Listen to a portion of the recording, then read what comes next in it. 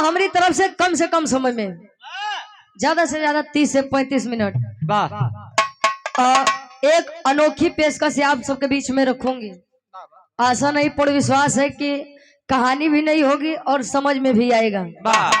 वीर होते कैसे हैं, किस लिए किसी का इतिहास गाया जाता है। 4 लाइन कवि जी भूमिका के अंदर भाव देते हैं। कैसे गुरु जी?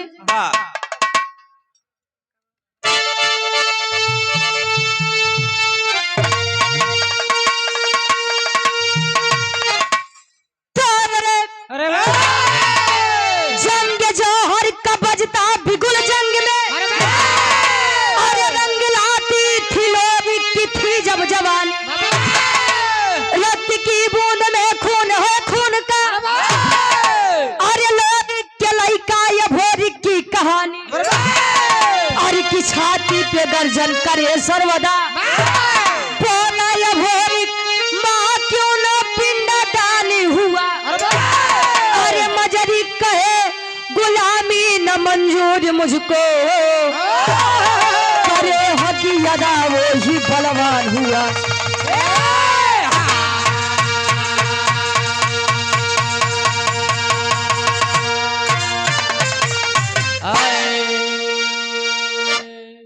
बोला या भोरिक माँ से क्यों ना पिंडदान हुआ।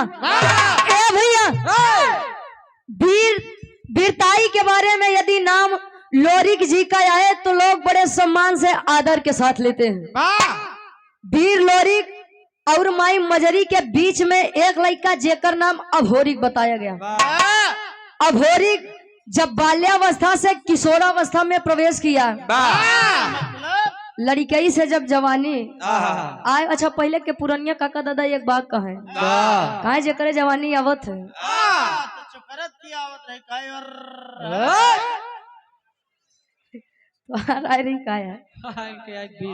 काहे बदे कि जब आवत रही तब बिना जनवाए नहीं मानत रही। आज के समय में तो शादी ब्याह बड़े प्रेम से हो जात बा। आज जहाँ जेकर कपार फूटत बा, सर फूटत बा, ये नहीं लोग के देन बा।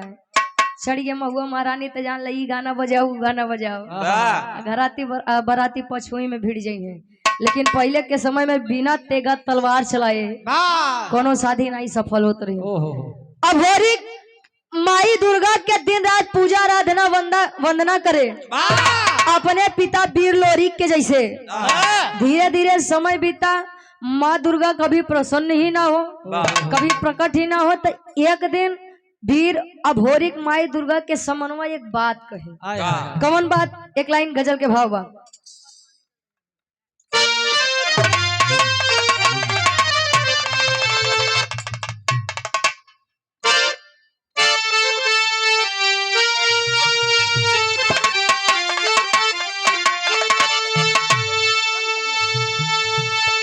तनी से तू अपन उठा ले हो।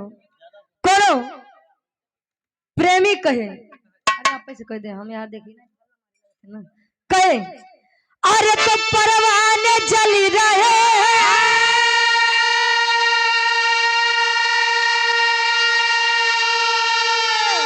अरे परवाने जली रहे तेरे इश्क में तमाम, अरे जानम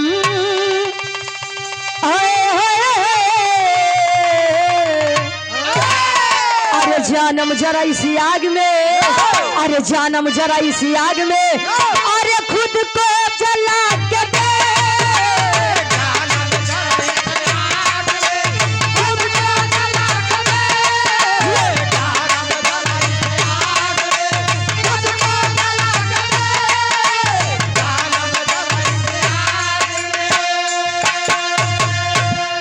जानम जरा इसी आग में खुद को जला के देख। एक नंबर बा भैया। आज थोड़ा सा दिक्कत हो गया, हमारे ढोलक मास्टर नहीं है और पहली संगत है, बहुत बढ़िया है। ए भैया, कवि का भाव है उन वीरों के बारे में। और एक बात जान लीजिए, इतिहास उनका गाया जाता है जिनके अंदर बगावत करने की हिम्मत हो। नहीं तो आज के समय में हम समतन से का परी 2 टाइम खाए भैया। देश दुनिया में का होत बा हमसे का मतलब बा। जौने दिन ई सोच बदल जाए उस दिन शायद भारत देश के दशा सुधर जाए। वीरों के बारे में एक लाइन कवि का भाव है कैसे, अरे तो बोला है वीर बघेला,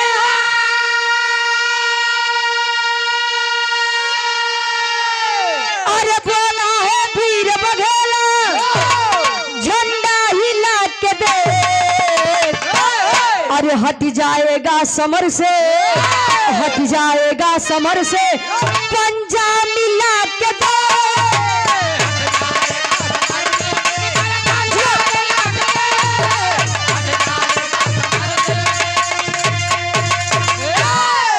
हट जाएगा समर से, पंजा मिला के देख। अब दुरिया से कहा हमसे पढ़ वीरे क्यों नहीं है, दुरिया से कहा हम सबकर बाप ही। हाँ तो दूरी से कुछ हो तो का भैया यहाँ से जब ले वीर से पाला नहीं पड़त तब ले भले वहाँ फुलाई ले, जौने दिन पाला पड़ गया था वही दिन पता लग गया थे।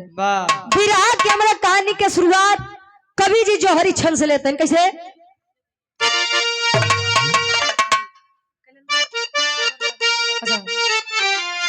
कोयला व्यापारी है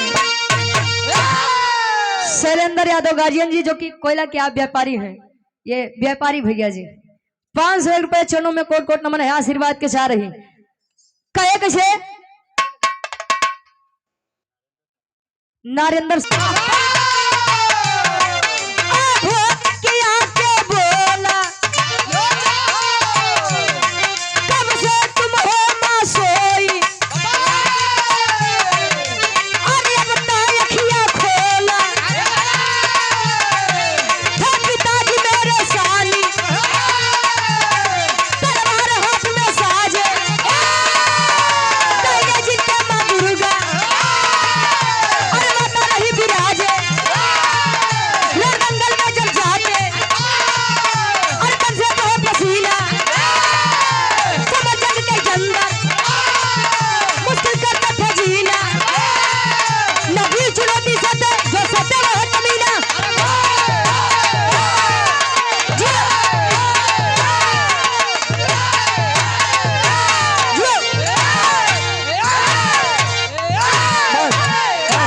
बस बस बस जानते तो गाजीपुर के शेर है। ए भैया कहानी के ध्यान दा, वीर अघोरिक माई दुर्गा के सामने पूजा आराधना वंदना करे। धीरे धीरे समय बीता, जब यह अघोरिक 21 वर्षीय बालक हुआ, कहे माँ ए माँ आखिर मेरी गलती क्या है, मेरे पिताजी जब भी आपको जरूरत पड़ी अपने जंघे का खून पिला करके संतुष्ट करने का काम किए हैं। अरे मैं उन्हीं का बेटा ये भोरिक हूँ माँ। माँ दुर्गा प्रकट हुई, कहीं बेटा ये भोरिक, कहे माई कोनो गलती बका, काहे रिसियान हो, माई बतावे बेटा मैं किस वजह से खुश रहूं तू मुझे बता। कहे क्यों, कहे अभी तेरे पिता वीर लोरी का पिंडदान नहीं हुआ है। कहे हैं इतना दिन बीत गया बाबू के केहू पिंडदाने नहीं किए बा। आए गड़गौरा में माता मजरी से सवाल कर रहे हैं माई, ए माई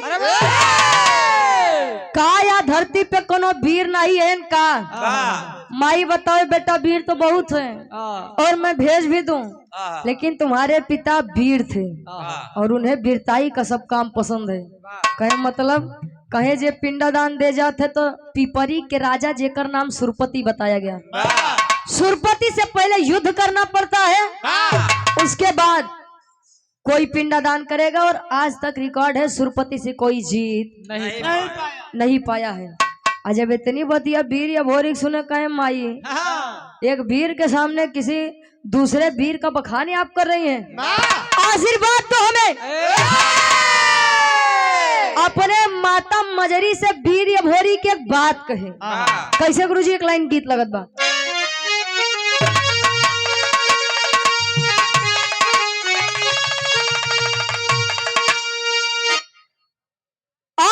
झूलनी पे उड़ानी झुलाई कहे, औरत झूलनी पे उड़ानी आई जहाजिया उड़ा दो, आई जहाजिया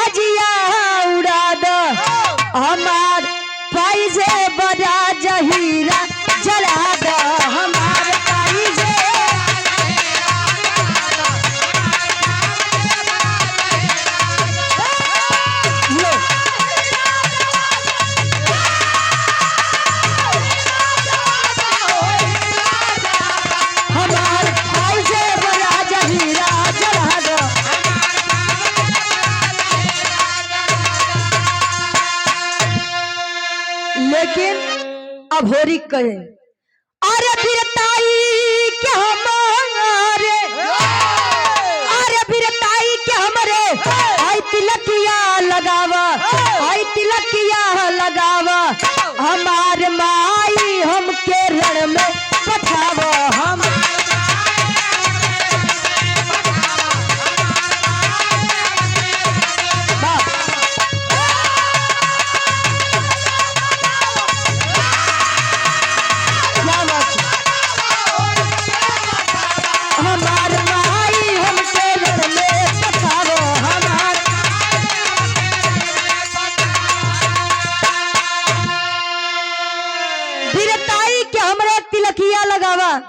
हमार माई हमके रण में पठावा कहे माँ अपने इस बच्चे को आशीर्वाद दो और मैं जाऊंगा या तो आर या तो कहे बेटा अभी तू छोटा है क्या करेगा तब बतावे कैसे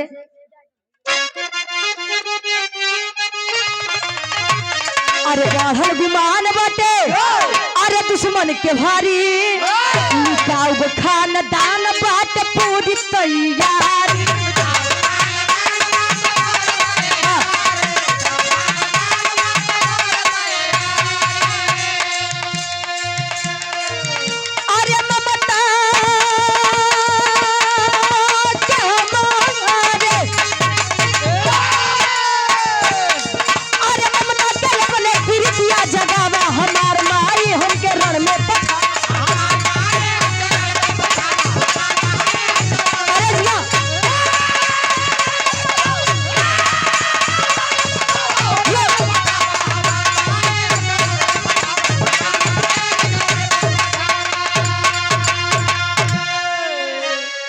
जानला काका तिलक 3 प्रकार के होते हैं।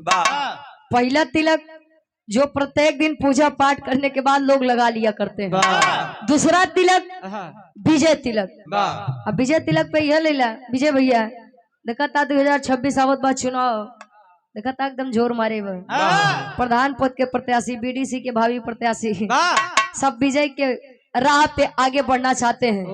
और तीसरा तिलक जवन शादी ब्याह के पहले चढ़त है बर्बादी वाला तोहार हो खत्म ए भैया अपनी माता मजरी से आशीर्वाद लेके वीर अभोरिक आया कहा यही काशी बनारस की पावन धरती पे। काशी बनारस की धरती पे जब आए तो पहली मुलाकात उनसे हो रही है। कौने पंडा से नाम बतावल गई हमरे गीत में कवि जी भाव देते हैं।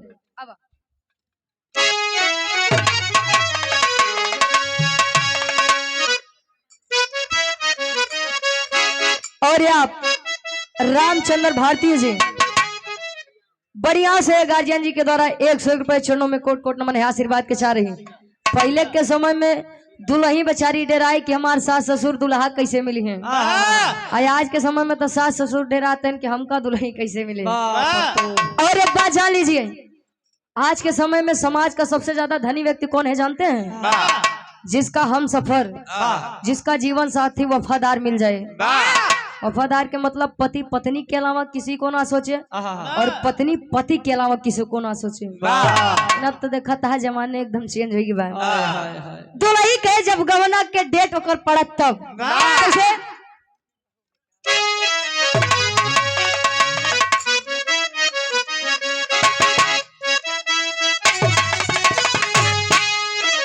अरे जब से गवनवा के दिनवा धराई अरे जब से गवनवा के दिनवा धराई रतिया ननी दयावे देहतिया गाई जब से गवनवा के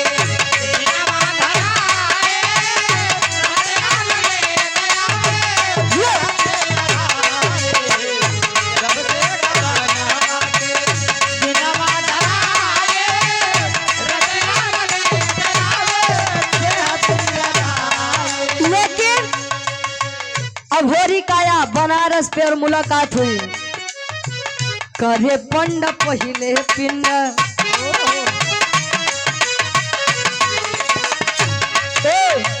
करे पिंड दान पहले करिए देखा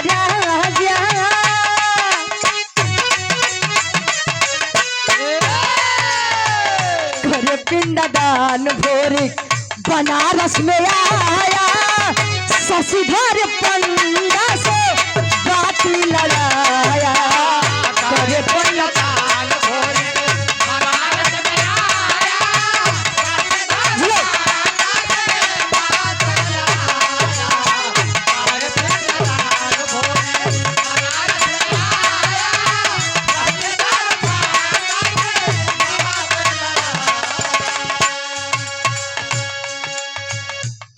पिंडदान भोरी बनारस में आया शशिधर पंडा से बात लड़ाया।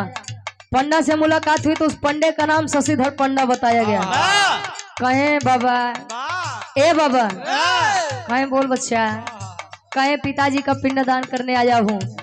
मैं गढ़गौरा के वीर लोरी का पुत्र अभोरिक हूँ। शशिधर पंडा कहे बेटवा तू लोरी के लड़का हुआ अच्छा ही केहू और के लड़का हुआ। सुबह का सबसे पहला पिंडदान वो पिपरी का राजा सुरपति ही करेगा या अन्यथा कहे काहे बदे कहे अभी तुम बच्चे हो जाने दो। कहे क्यों तब बतावे समझावत बा किसे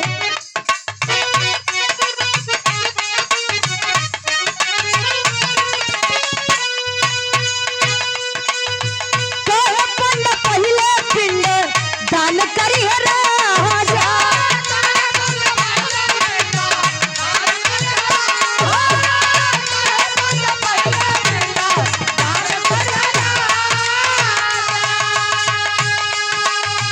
जबरदस्ती करबा बच्चा रण में मार जाबा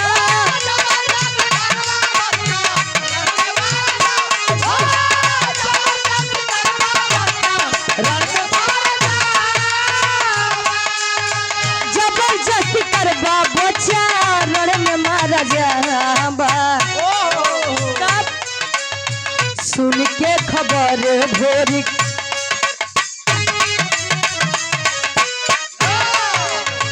सुन के खबरी भोरी तन में गुस्साया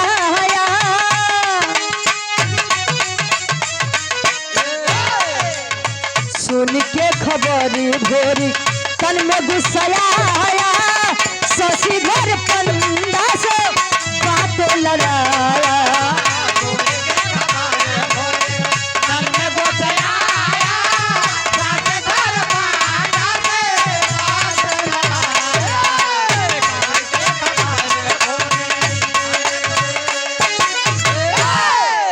फिर देख के गार्जियन जी पिंडा दान करवाओगे की करवाओगे की शशिधर पंडा सोचे अरे साला न करवाऊ तई मार दे करवाई दे तो मार दे आखिर हम जाई तो जाई कहाँ शशिधर पंडा कहे बे जो सामने पड़ा बहु का देखा जब सुरपति आई तब देखा जाई पिंडा दान करवा दिया। अब यारे से हमारे बिरहा दूसरी तरफ मोड़ लेत बा यार वीर भोरी अपने पिता का पिंडदान करवाए। जब इतनी बतिया सुरपति के पता चली कौन है जो यहाँ पर आके हमसे बगावत कर रहा है। हजारों के सेना में पलटन तैयार किया आया बनारस के धरती पर। तेरी के भाव में कवि जी लिखाते हैं कैसे और आजे तो पता चली कि तोहरो कोनो वीर से पाला पड़ा बा। इधर हजारों की सेना और वीर भोरी का खेला करत का टेरी के भाव में कवि जी लिखते हैं।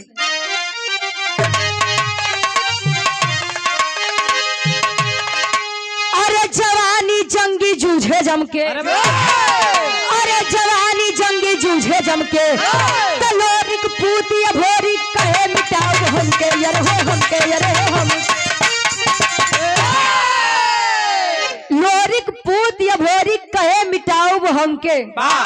हम का मतलब घमंड उन्हें घमंड था कि मैं इस राज्य साम्राज्य का सबसे बड़ा वीर मैं ही हूँ।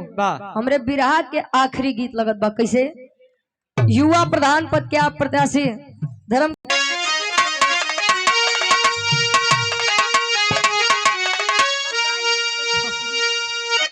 अरे सासुमा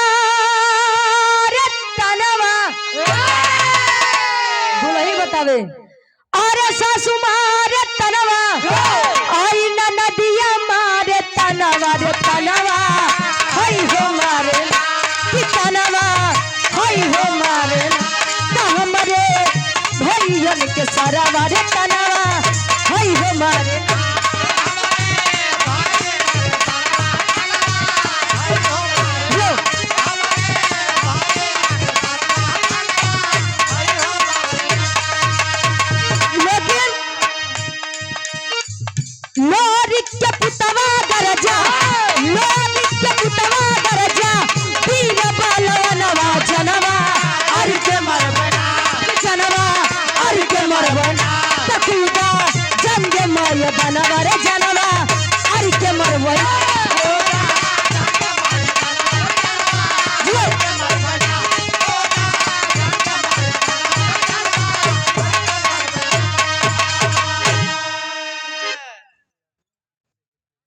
बचेला और जब तेगा तलवार भाजे तो सैकड़ों वीर एक ही बार में धराशायी हो जाए।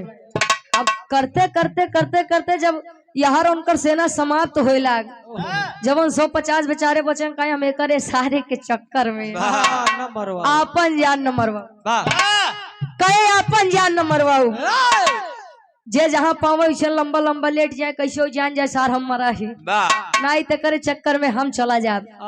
धीरे धीरे पहुंचा कहा सुरपति के पास, पकड़ के कॉलर नीचे खींच लिया, उतर बड़का वीर बनत रहा आज तो तुम्हें पता लागी। मुंह में करिखा पोताई के गदहा पे बैठाई के ऐसा कोनो कोना नहीं बचा जहाँ वीर या भोरी सुरपति को घुमाया न हो। यार सुरपति वीर या भोरी और शशिधर पंडा बैठ के विचार करते हैं। शशिधर पंडा कहे बा बेटवा तो हम आशीर्वाद देते लल्ला तोरे उगते मान कम से कम ऐसे आजादी तो मिला हमका।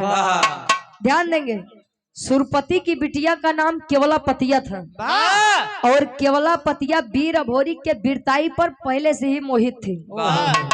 जब इतनी बतिया सुने क्यों नहीं अभोरी का यहाँ बाबू के इतनी बड़ी बदनामी की है यहाँ चल दी। और केवलापतिया जादू के विषय में बहुत ही जानकार थे। आए तब ले केवलापतिया करे थे का पहापट के भाव में कवि जी लिखते हैं। और या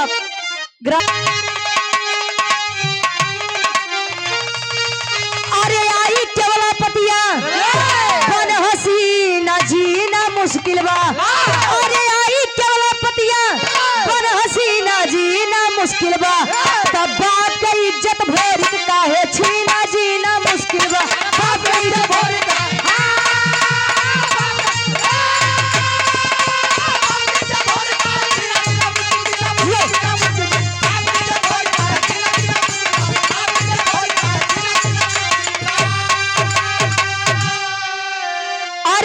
चलाई दिहली सुगना बनाई हो, पिजरा में कैद करके पिपरी लेके आई हो। अरे कहे कुआरी जियब नहीं तहरा भी न जीना मुश्किल बा, अरे तो कहे कुआरी जियब नहीं तहरा भी न जीना मुश्किल बा, तब बाप के इज्जत भोरिक काहे छीना जीना मुश्किल बा।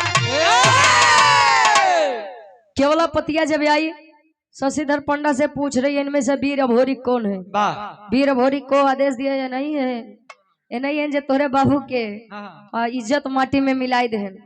इतने में केवलापति अपने जादू से वीर अभोरी के सुगना बनाई के पिजरा में कैद करके पिपरी में लेके आए। और जब पिपरी में लेके आए तो एक बात रहे, दिन भर वीर अभोरी सुगना बना रहा है, लेकिन जब रात हो गए तब केवलापतिया उनके पुरुष के तन दे दे काहे बदे जबरदस्ती प्रेम करना चाहिए, लेकिन वीर अभोरी देखबे न करे। काहे लड़की लड़की तू चाहती है कि मैं तुझसे इस प्रकार प्रेम कर लूं कायरो की तरह, अरे तई हमरे खून में नहीं बा, थू है तेरे प्यार पे। जब इतने प्रेम करवासी रहू तो बियाह के प्रस्ताव रखे हो तू, यहाँ धोखे से हमका सुगना बनाई के लेके आया है। धीरे धीरे समय बीता, बिहार पिंजरा में कैद अभोरी पिपरी में है। माई के यहाँ चिंता सतावत बा गढ़गौरा में मजरी माई की और करत ही का आल्हा के भाव में कवि जी प्रमाण देते हैं। कैसे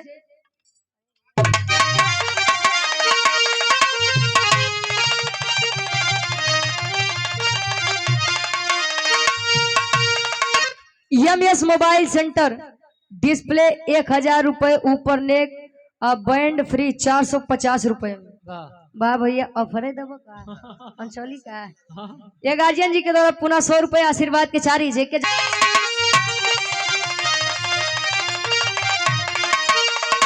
अरे तत्तर पेली मजरी माता अरे गौर के नगरी जा बाबू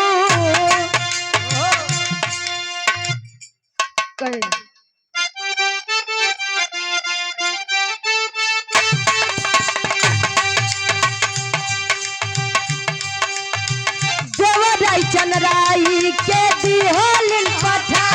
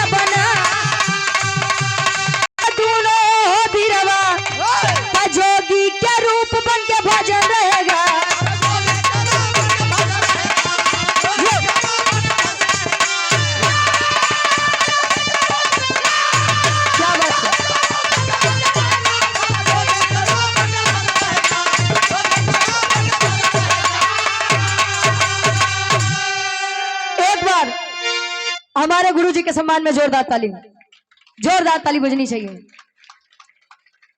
अरे क्या बात है गुरुजी, हमके ये आपकी यादा बड़ी अच्छी लागत है। जब भी मिलते हैं मुस्कुरा के मिलते हैं, हौसला बढ़ाते हैं।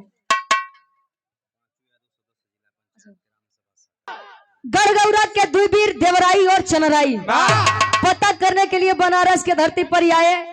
शशिधर पंडा से मुलाकात हुई। शशिधर पंडा बताए कि बेटा लड़का तो बड़ा वीर रहे, लेकिन सुरपति के जौन बिटिया रहे वो केवला पतिया धोखे से सुगना बनाई के अपने राज्य लेके गवा।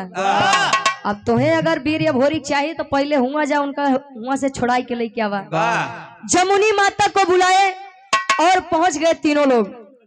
अब यार ए भैया ए बड़का ए दादा 5 मिनट रुक जाओ। हाँ रुक जाए, इतना देर सुन रहा 5 मिनट और बैठा रहा। अब यार जमुनी माई के लइके जब पिपरी के राज में पहुंचे तब केवला पतिया कहे जा दुनिया तरसत बा तोहे मिलत बा तो तोहे अटकत बा। चला ऐसे ने प्रेम करे के मन में इच्छा नहीं जगी बा। भाव भजन सुन ले बा तो शायद हमरे प्रति तोरे मन में कुछ जागी जाए। पिजरा लेके नीचे पहुंचे माई जमुनी कहीं वो हो बेटा बेटा ये भोरी वहां पर फंसे हो कहीं रुको रुको मैं कुछ करती हूँ। केवला पतिया कुछ समझ पावत ओसी पहले माई जमुनी पहले जैसा वीर अभोरी के तन दिया केवला पतिया के अपने जादू से गदही के रूप दिया। अब बेचारी केवला पतिया गदही बन के अपने पिता के बगल गए। अब यार जब इतनी बतिया सुरपति देखिए अपने बिटिया के ही हाल तो दंडवत प्रणाम करके माँ जमुनी के पास बैठ गया। रिश्ता बनाओ कैसे आखिरी के भाव कवि जी लिखाते हैं कैसे।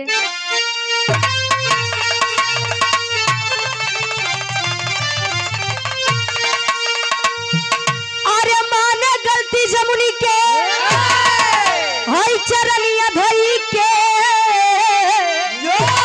अरे माने गलती जमुनी के हई चरनिया धई के। हम आई भाई तू बहिनी वचनिया कही के।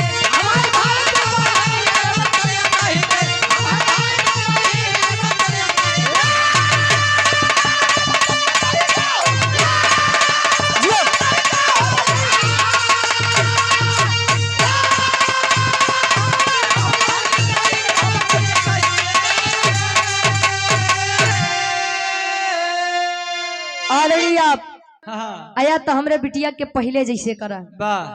माई जमुनी अपने आशीर्वाद से केवला पतिया को फिर से स्त्री का तन दिलवाती है। दोनों की शादी होती है और दोनों के सहयोग से एक बच्चे का जन्म होता है। और लड़का के का नाम रहे गुरुजी प्रमाण देते हैं। अरे केवला पतिया भोरी के हो गई हो शादी तो शिव भोरी पैदा भइले पिपरी मिली आजादी।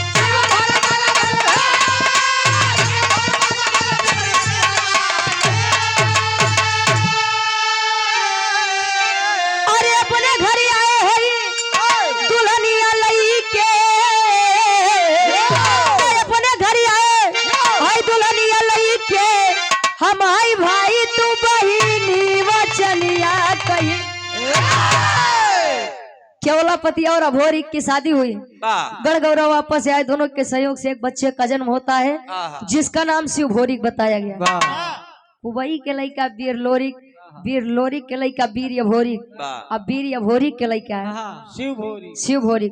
हमारे विराह के शीर्षक रहा लोरी के पिंडादान और अभोरी की आखिरी में खानदान के परिचय बा। उसके बाद अगली पार्टी के नंबर रही। गुरु बिहारी गुरु गणेश गुरु रामलाल गुरकारी।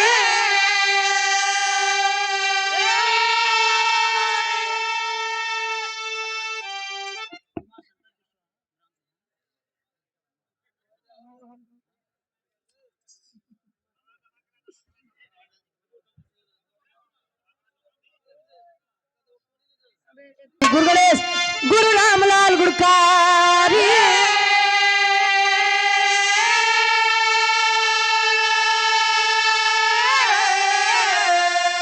स्वर्ग में से चंडिका कवि बच्चन जी बने पुजारी।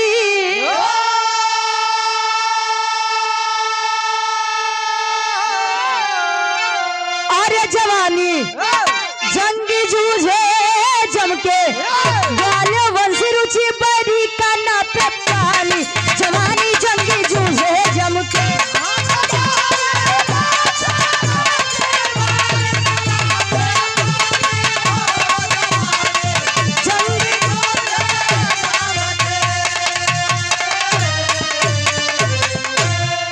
गाँव बजाओ का सुनो में कोनो भी गलती कसूर हो आप लोग अपन लड़कियां बच्चा समझ के माफ किया। अगली पार्टी के नंबर पर